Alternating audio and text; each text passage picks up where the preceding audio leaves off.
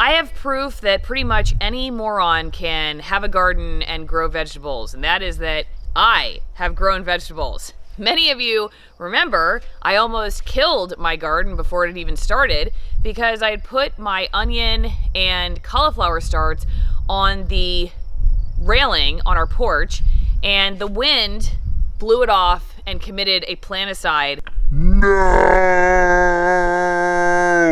And all of my seedlings were looking pretty crushed and pretty miserable. Thankfully for this channel, many of you gave me the encouragement that I should just plant them anyway, and I did. And so here's some video putting them into the ICU, if you will, and hoping for the best. And sure enough, the best arrived.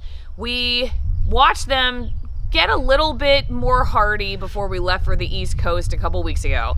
And I come back and they look like legitimate plants. So these again are cauliflower and onion. The cauliflower never looked that bad, but the onion looked pretty miserable.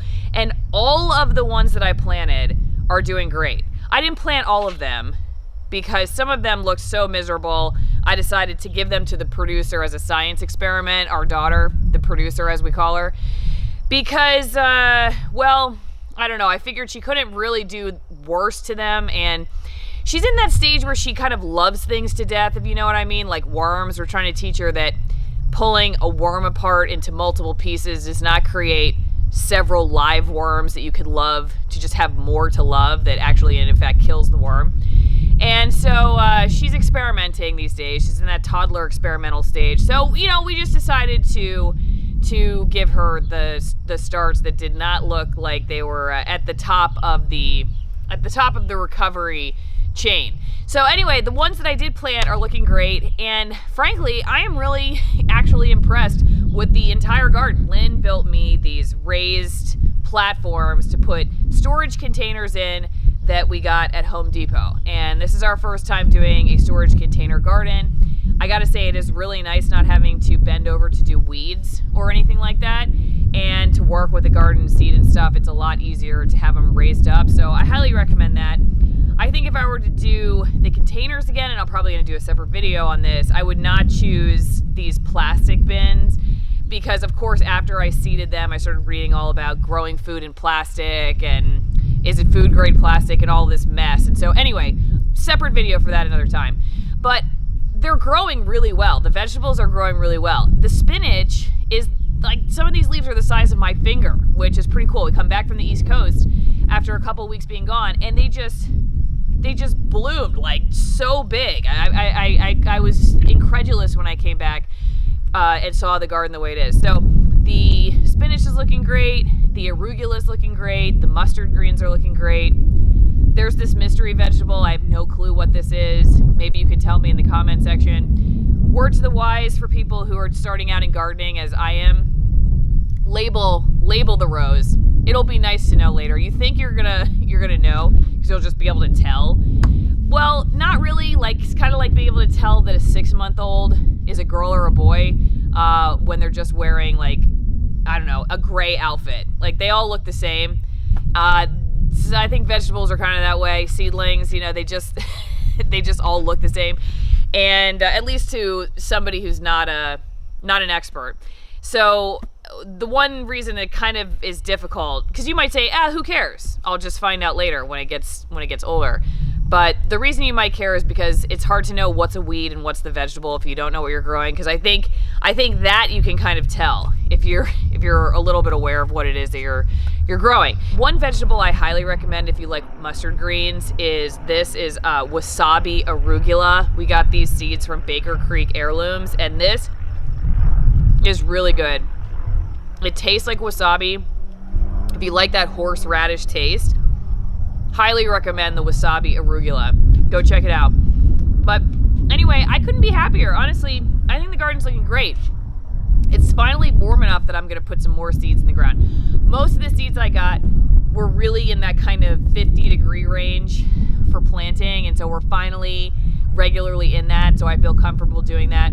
Next year, I'm gonna do a whole lot more starts inside earlier, especially if we still happen to be in Washington, because man, this spring has gone on forever.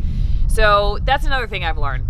You know, the other life lessons I've learned gardening through this process, especially with the planticide a couple weeks ago and the wind nearly killing my entire garden before I'd started it, is number one, never underestimate the power of vitamin D, because I really do think the sun has made a big difference.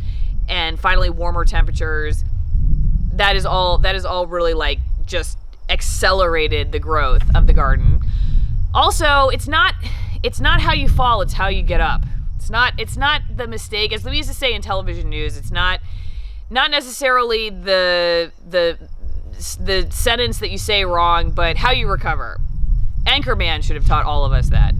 So with the starts that blew over, that looked pretty crushed, honestly, I was not really sure that we were gonna get them back to like the onions. I didn't think we were gonna get back to vertical, and they don't cost that much, so I wasn't really super worried about like losing money or anything, just time, I guess. But they're fine, and so I think it's kind of just like taking a chance, and gardening is just staying patient and present with the garden, because you can't force it to go any faster. They're not going to do anything more than what they do, and just enjoying the process, I guess, which is what Aerosmith told us all to do. If you're an 80s child, it's not the journey, it's the destination. No, he said the opposite. It's not the destination. Life's a journey, not a destination, is what he said. Sorry, Steven Tyler, but that's truly what a garden is, I think. And it does kind of teach you to just slow down a little bit, and like it's a little mini adventure with not a whole lot of risk. So you do this year, and then maybe you take a bigger risk next year with trying something new, because you can always start over with the garden and not put your starts on a railing on a windy day, and you've learned your lesson with very little loss. So anyway, one more shot of my mystery vegetable. If you have any ideas about what this is, leave me a comment in the comment section. Also, if you have any other life lessons you've learned from gardening, also please include them in the comment section. I'm really enjoying it. I had a salad today with some of our spinach. Again, huge leaves, size of my finger, can't believe it. Picked some of them, put them in a salad along with a little bit of the arugula, and it feels great.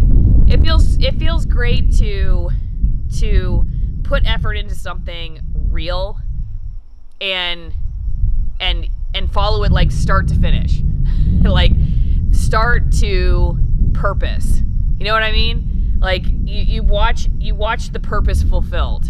And that's cool, because especially I think in a virtual world where there's just a lot of creating that doesn't have a tangible substance to it.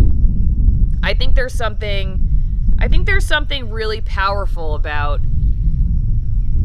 something real. That sounds pretty obvious, but anyway, I think there's something powerful about something real that you can just touch and watch grow and then eat. So I recommend having a garden. I so far have survived it, and I think you will too. Today is just a happy tale of at least for now, growth despite challenge, and the lessons that gardens can teach us. Thanks for watching. If you're not subscribed, don't forget to do that, and I'll see you next time.